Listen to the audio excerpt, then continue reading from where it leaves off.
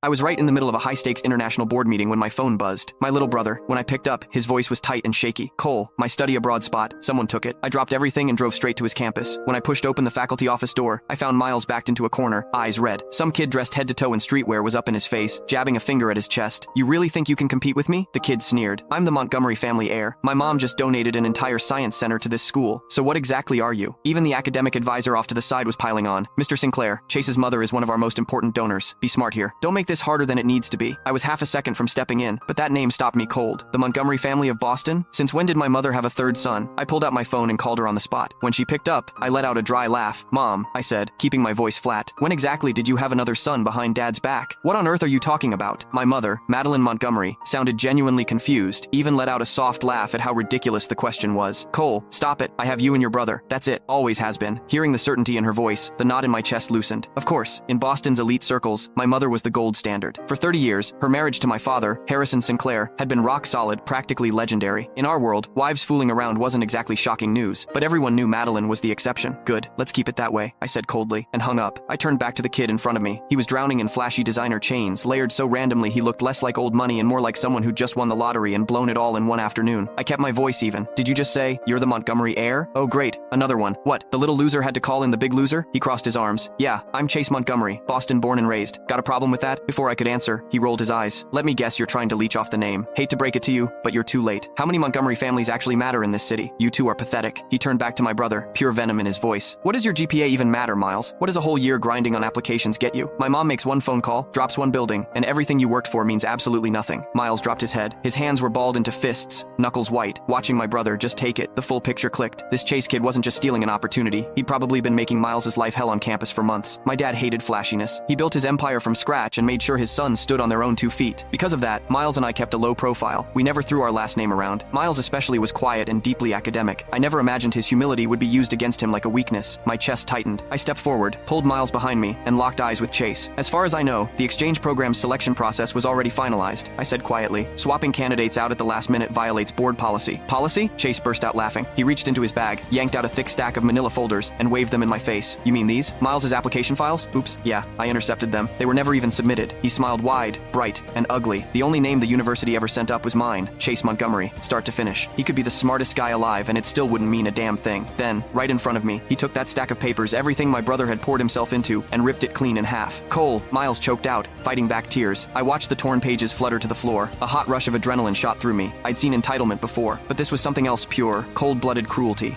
My jaw locked so tight my teeth ached. Me what? Chase dropped the scraps and deliberately— You can find the full story in my bio. It's free.